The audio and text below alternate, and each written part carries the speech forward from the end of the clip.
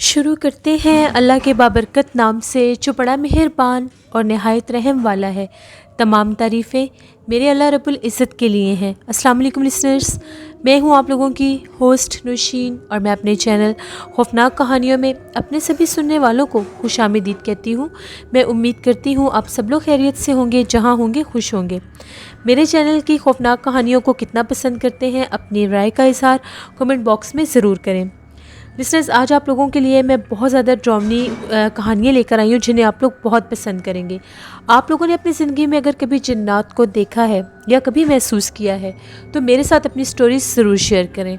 सिलसिला शुरू करते हैं आज की खौफनाक कहानियों का। बढ़ते हैं आज की पहली खौफनाक कहानी की तरफ। ये खौफनाक कहानी मेरे साथ शेयर कर रहे हैं ज़ैन अलीशा अटक से। ज़ैन कहते हैं कि आज आपके साथ मैं एक कहानी शेयर करना चाहता हूँ। कुछ दिन पहले की बात है, हम लोग अपनी नानों के घर गए हुए थे, तो वहाँ पर मेरी एक और खाला भी आई हुई थी। हम सारे कज़न्स बैठे हुए थे, इशा के बाद का टाइम था, तो हम लोग जिन्नात की बातें करने लग गए।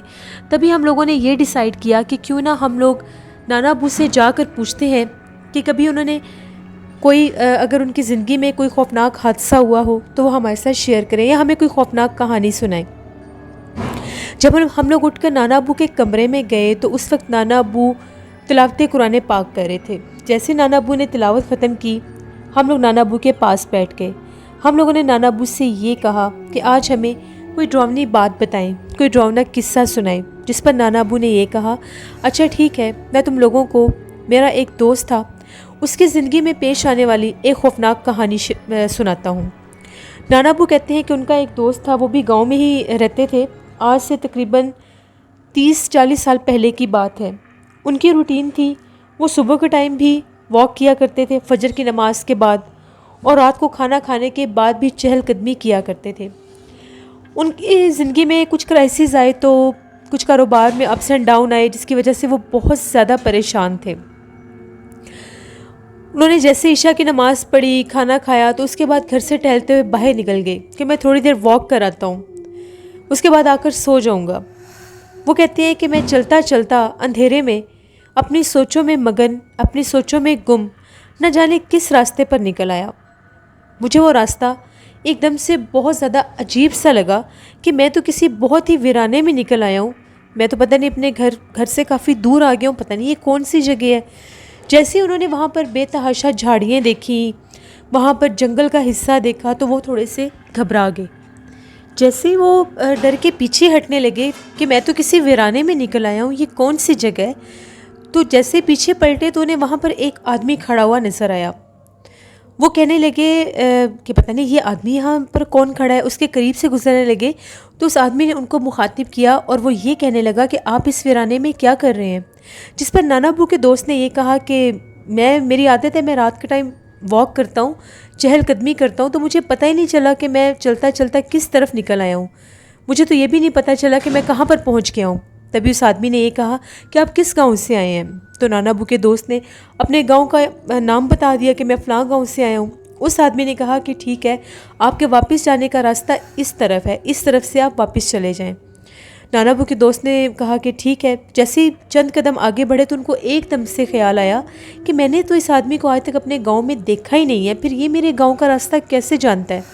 मैं इससे पूछता हूँ कि ये किस गांव का है, और मैंने तो इसको कभी इस गांव में नहीं देखा, और इसका शुक्रिया भी अदा कर देता हूँ जिसने मुझे रास्ता बताया। जैसे ही वो कहते हैं, मैंने पीछे पलट कर देखा, वहाँ पर उस आदमी का नामो निशान भी नहीं था।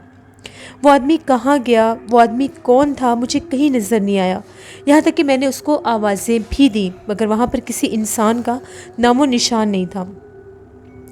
अब नाना अबू के दोस्त काफ़ी ज़्यादा घबरा गए और उसी रास्ते की तरफ चलने लगे जो उस आदमी ने बताया था। काफ़ी ज़्यादा उस रास्ते पर आगे चलते आए। उनको एक घर नज़र आया। उन्होंने ये सोचा कि मैं इन घर वालों से पूछ लेता हूँ कि मैं सही रास्ते पर जा रहा हूँ या नहीं जा रहा। मुझे तो कुछ समझ ही नहीं आ रही कि मैं किस रास्ते पर निकल आया हूँ और ये कौन सी जगह है। जैसे ही वो उस घर के करीब जाने लगे, उस घर में से बहुत ज़्यादा डरावनी चीखें गूंज रही थीं। जब उन्होंने उस घर के अंदर से चीखों पुकार सुना, वो इतने डर गए कि उस घर के पास से भागते हुए सीधा सड़क पर चलने लगे। इतना भागे कि आगे से उनको एक रोशनी दिखाई दी। ऐसा लग रहा था कि सामने कुछ चीज़ चमकती हुई उनकी तरफ बढ़ रही है। अब वो पहले ही डरे हुए थे, पीछे वाले घर से चीखों की आवाज़ें आ रही थी और आगे से वो रोशनी। डर के एक साइड पर होकर चलने लगे तो क्या देखते हैं, सामने से एक साइकिल सवार आ रहा है और वो साइकिल सवार उनसे पूछता है कि आप कौन हो और यहाँ पर क्या कर रहे हो। अब वो जो नाना अब्बू के दोस्त थे वो तो पहले ही डरे हुए थे। उनका ये कहना था कि मैं रास्ता भटक गया हूँ, अपने गांव से निकला था, कुछ समझ ही नहीं आई कि किस तरफ निकल आया हूँ। अब मुझे रास्ते का पता नहीं कि मैंने किधर जाना है। उस साइकिल सवार ने ये कहा कि जिस रास्ते से आप आ रहे हैं यहाँ पर बहुत ज़्यादा जिन्नात का बसेरा है और ये तो वीराने हैं, आप तो आबादी से दूर निकल आए हैं। आप मेरी साइकिल पर बैठे, मैं आपको आपके घर पहुँचा देता हूँ। उनके पास कोई और ऑप्शन भी नहीं था। डरते डरते उस आदमी की साइकिल पर बैठ गए और वो आदमी उनको बाहिफाजत उनके गांव तक छोड़ गया। उन्होंने खुदा का शुक्र अदा किया कि इस आदमी ने मुझे यहाँ पर छोड़ दिया है। अपने घर जब वापस आए तो बहुत ज़्यादा परेशान थे। उनकी अम्मी ने पूछा कि इतनी देर लगाकर आप क्यों आए हो, जिस पर वो ये कहने लगे कि बस कुछ नहीं, मुझे पता ही नहीं चला, मैं किसी जगह पर बैठा रहा तो इतनी देर हो गई।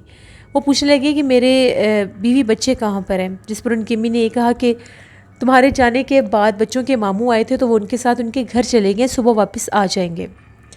वो जो नाना अब्बू के दोस्त थे उनके जहन में एक अजीब सा ख्याल आने लग गया। वो ये कह रहे थे कि रास्ते का तो अब मुझे पता चल गया है, मैं सुबह जाकर पता लगाऊंगा कि उस घर में से आखिर चीखों पुकार क्यों आ रहा था, वो घर किसका था, वहाँ पर ऐसा क्या काम था कि जो किसी के इतनी दर्द में चीखों पुकार सुनाई दे रहा था। जैसे सुबह हुई, फजर की अजान हुई, दिन की रोशनी निकली तो वो उस रास्ते पर वापस चलने लगे जिस रास्ते से वो रात को साइकिल पर बैठकर वापस आए थे।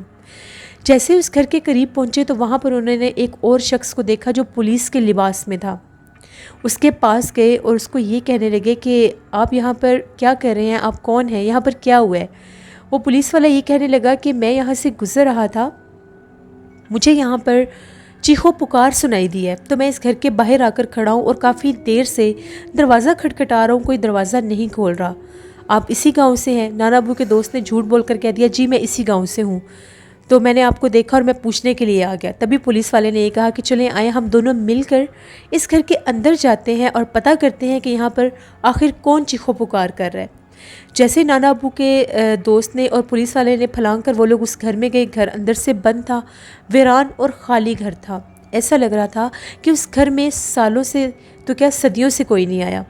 जैसे वो लोग चलते चलते उस खंडर नुमा घर के एक कमरे में गए तो एकदम से नाना अब्बू के दोस्त ने बहुत ऊंची चीख मारी, वहीं पर गिरे और बेहोश हो गए। जब उनकी आंख खुली तो वो एक हॉस्पिटल में थे और वही पुलिस वाला और उनके अहले खाना उनके पास थे। पुलिस वाले ने ये कहा कि आप पिछले 2 दिन से बेहोश हैं और मैं डेली हॉस्पिटल में आ रहा हूँ, आज आपको होश आया है, मुझे बताएं आपको क्या हुआ था।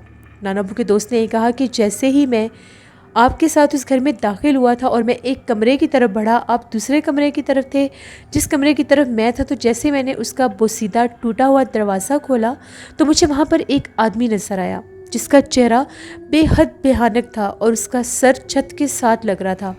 जैसे मैंने इतने डरावने और इतने कदावर शख्स को देखा, मुझे होश ही नहीं रहा कि मैं कहाँ पर हूँ और कहाँ पर नहीं। पुलिस वाले का ये कहना था कि हम लोगों का फ़र्ज़ बनता है कि वो एक रास्ता है, वो गुज़रगाह है, हम वहाँ पर किसी साहिब-इल्म हस्ती को लेकर जाएं, वरना अगर वो मखलूक हमें नज़र आई है तो वो किसी को भी नुकसान पहुँचा सकती है।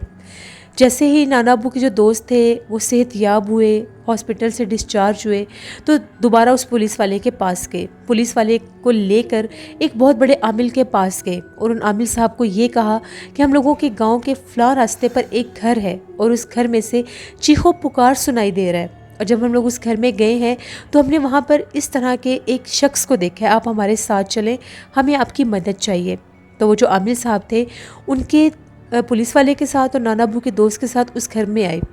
जैसे उस घर में दाखिल हुए तो उनका ये कहना था कि यहाँ पर नहायत ही सख्त जन्नात के कबीले आबाद हैं।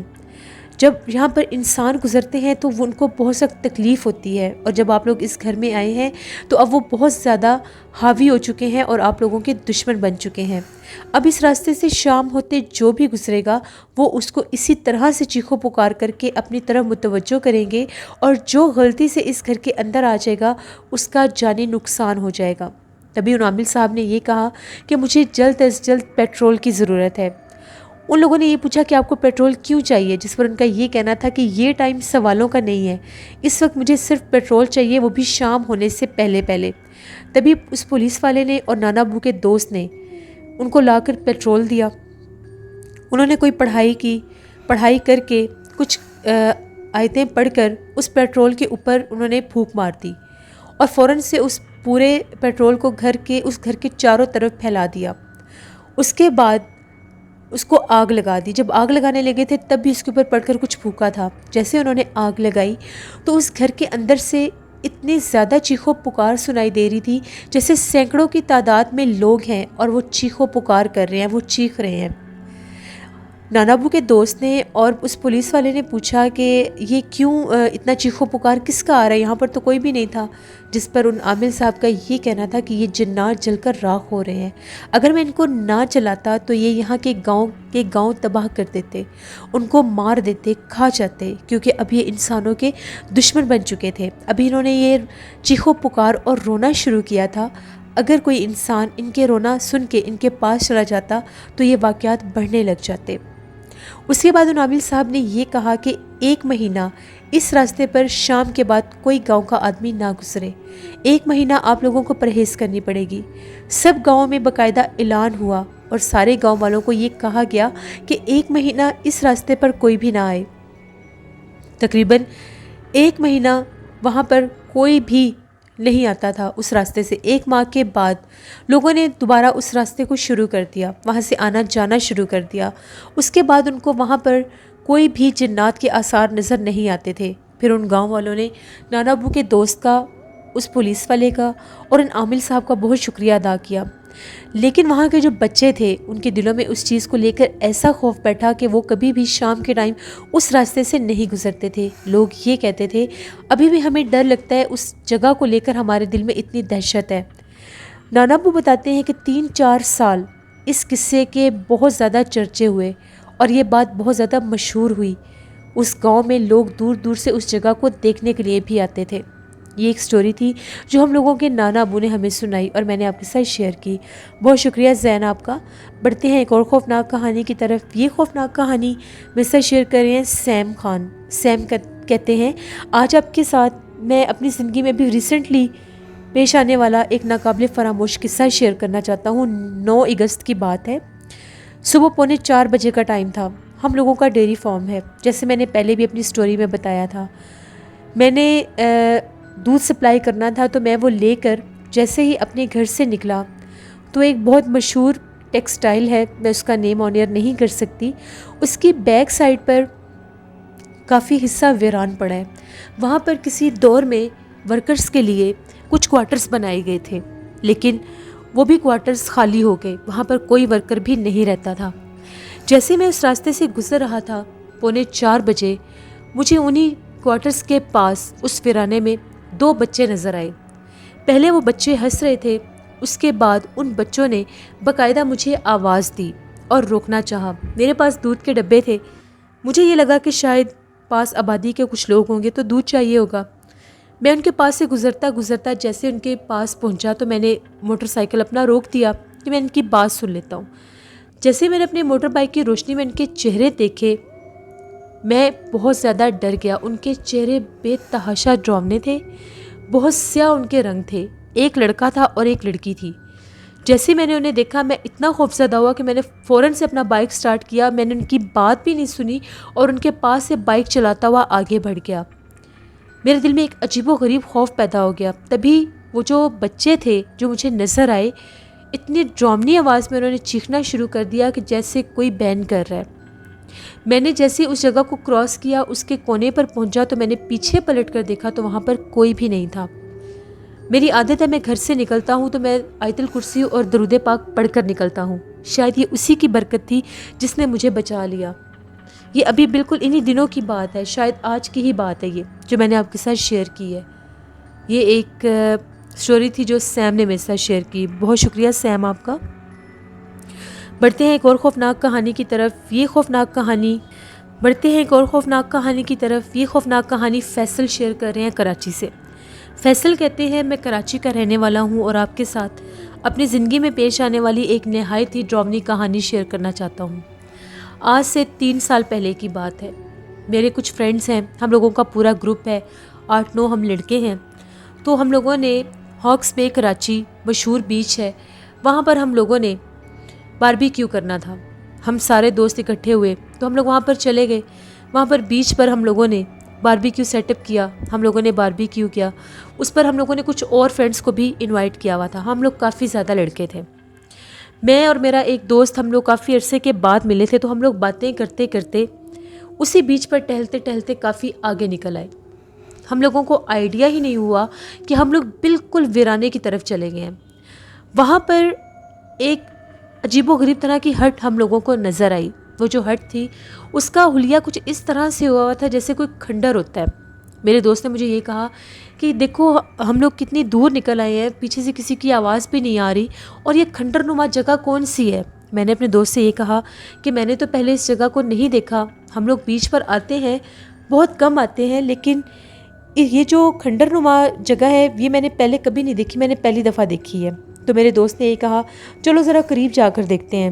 मैंने उससे ये कहा कि नहीं छोड़ो, रहने दो, पता नहीं ये तो जगह इतनी पुरसरार लग रही है, अगर हम इसके करीब गए तो कहीं रहने दो, छोड़ो, हमें नहीं जाना चाहिए। मेरे दोस्त ने ये कहा कि चलो जाते हैं, एक दफ़ा पास से देखते हैं, कुछ नहीं होता, यहाँ पर हम लोग कौन सा अकेले हैं, हम लोगों के साथ इतने ज़्यादा लोग हैं, अगर कोई प्रॉब्लम हुई भी सही तो हम किसी को आवाज़ दे लेंगे। मेरा जो दोस्त था, मैं उसको मना भी कर रहा था, इसके बावजूद उसने कहा नहीं आओ, आकर हम लोग आगे देखते हैं। जैसे हम लोग उस हट के करीब जाने लगे, उसका हुलिया ऐसे था जैसे बाकायदा कोई टूटा हुआ खंडर है। 4 दीवारी उसकी मुकम्मल थी, लेकिन जगह जगह से उसका छत टूटा हुआ था। अभी हम लोग उससे तकरीबन 20-25 कदम दूर थे। हमें वहाँ पर ऐसे आवाज़ आ रही थी जैसे बाकायदा कोई फंक्शन हो रहा है, जैसे कोई तालियां बज रही हैं, कुछ गाया जा रहा है। म्यूज़िक की आवाज़ नहीं थी, तालियों की गूंज थी, जैसे ढोलक बज रही है और औरतें गाना गा रही हैं। मेरे दोस्त ने कहा मैंने तुम्हें कहा था ना, डरने की ज़रूरत नहीं है, लगता है इस साइड पर कोई फंक्शन हो रहा है, तो चलो चलकर देखते हैं। यहाँ तक कि हम लोग उस हट में बिल्कुल पहुँच गए। वहाँ पर बिल्कुल घुप अंधेरा था और वो जो तालियां बजने की और फंक्शन की जो आवाज़ थी वो उसी हट के अंदर से आ रही थी।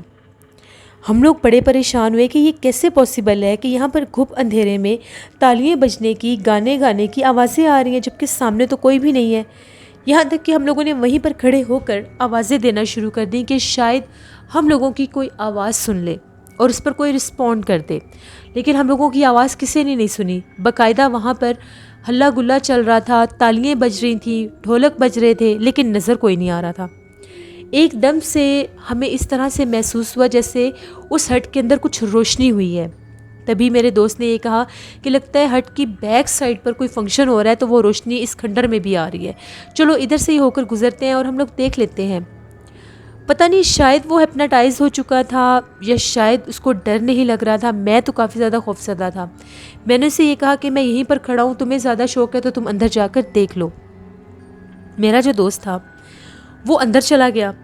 तकरीबन उसको गए हुए 15-20 मिनट हो गए, उसकी ना तो मुझे कोई आवाज़ आई, ना ही वो वापस आया, और वो जो गाना गाने की और तालियां बजने की आवाज़ थी वो भी बंद हो गई। वो जो रोशनी दिखाई दे रही थी वो भी ख़त्म हो गई। मैं बाहर खड़ा होकर अपने दोस्त को आवाज़ें दे रहा था कि मेरा दोस्त मेरी आवाज़ सुनकर मुझे कोई जवाब देगा। मेरे दोस्त का नेम खुरम था। मैं खुरम को बार बार आवाज़ें दे रहा था कि खुरम तुम कहाँ पर हो, ये मजाक का टाइम नहीं है, काफ़ी ज़्यादा देर हो चुकी है। जब मैंने टाइम देखा तो 1:45 बजे का टाइम था। 20 मिनट गुजर गए, वो बाहर नहीं आया। अब मुझे डर भी लग रहा था। मैं उस हट के अंदर तो नहीं गया, मैं उस हट की बैक साइड पर जाकर देखने लगा। जब मैं उसकी बैक साइड पर गया तो वहाँ पर तो सिर्फ साहिल था, समंदर था। वहाँ पर किसी का नामो निशान नहीं था, किसी फंक्शन का नामो निशान नहीं था, और उस तरफ से बिल्कुल उस हट की दीवार थी। अब मैं बहुत ज़्यादा डर गया। मेरे में तो हिम्मत हो ही नहीं थी रही कि मैं अंदर जाऊँ। मैं फ़ौरन से भागता हुआ वापस अपने दोस्तों के पास आया। काफ़ी ज़्यादा हम लोग आगे निकल आए थे कि मुझे वापस भागते भागते भी तकरीबन 10 मिनट लग गए। मुझे जब इस हालत में सबने देखा तो वो पूछने लगे कि क्या हुआ है और खुरम कहाँ पर है। उन लोगों को ये लगा कि अल्लाह ना करे कहीं खुरम समंदर में ना उतर गया हो, और जैसे अक्सर ऐसे हादसे हो जाते हैं। मैंने डरते डरते उन लोगों को बताया कि हम लोग काफ़ी ज़्यादा बीच के एंड तक निकल गए थे, तो वहाँ पर हम लोगों को एक खंडर नुमा हट नज़र आई है, तो वो उसके अंदर चला गया है। वहाँ पर किसी फंक्शन की आवाज़ें आ रही थी, वो अभी तक बाहर नहीं आया। सारे मुझे डांटने लगे, लड़ने लगे कि तुम क्यों उसको लेकर गए थे, तुम्हें वापस ले आना चाहिए था, ये वो। तो मैंने उनको कहा कि अभी ये इन बातों का टाइम नहीं है, हमें उसे बचाना है। हम लोग सारे दोस्त गए, सबके पास मोबाइल थे, मोबाइल टॉर्च ऑन की, यहाँ तक कि उस हट के पास पहुँच गए। हम लोगों का एक दोस्त था, उसका ये कहना था कि ये जो हट है ये मशहूर है कि ये बहुत ज़्यादा हॉन्टेड हट है, और यहाँ पर बाकायदा जिन्नात के बसेरे हैं और जिन्नात की शादियाँ होती हैं।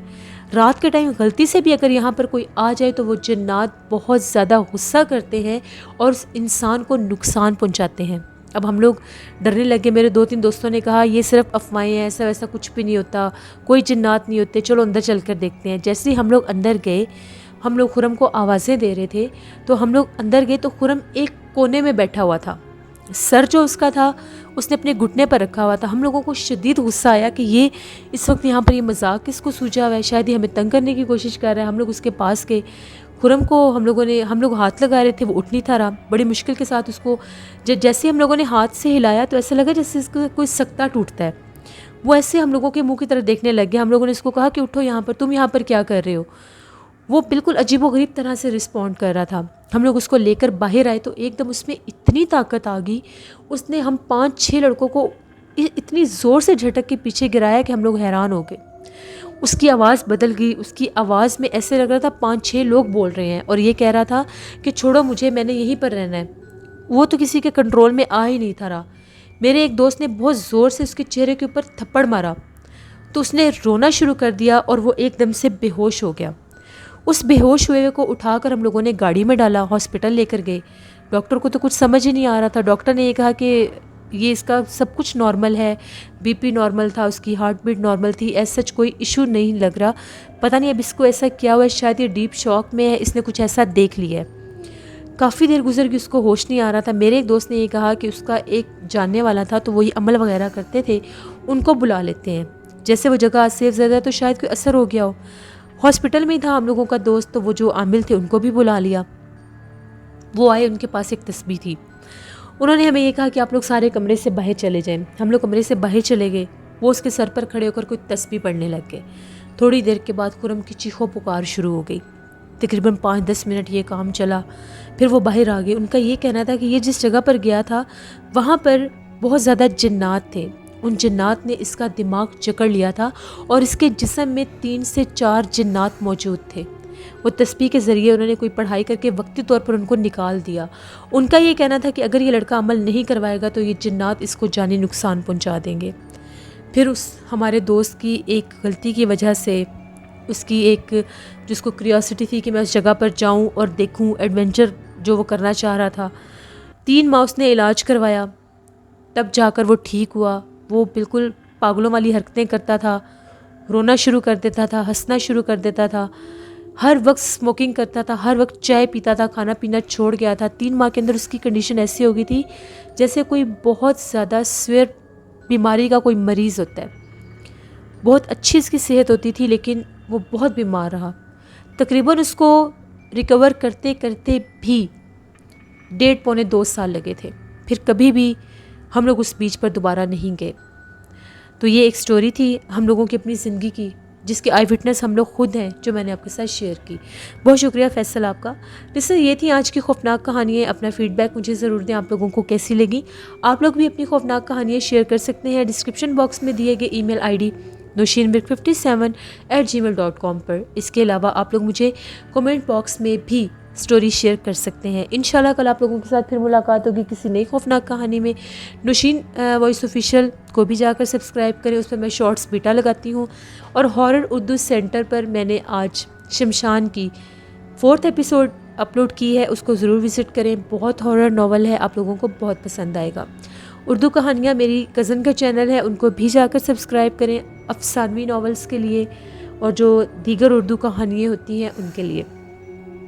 नीलम वॉइस ऑफिशियल मेरी सिस्टर का चैनल है, उनको भी जाकर सब्सक्राइब करें, सपोर्ट करें। अपना बहुत सा ख्याल रखिएगा, अपनी ढेरों दुआओं में मुझे, मेरे वालिदैन को, मेरी फैमिली को ज़रूर याद रखिएगा। Thank you for watching. Stay blessed. Allah निगहबान।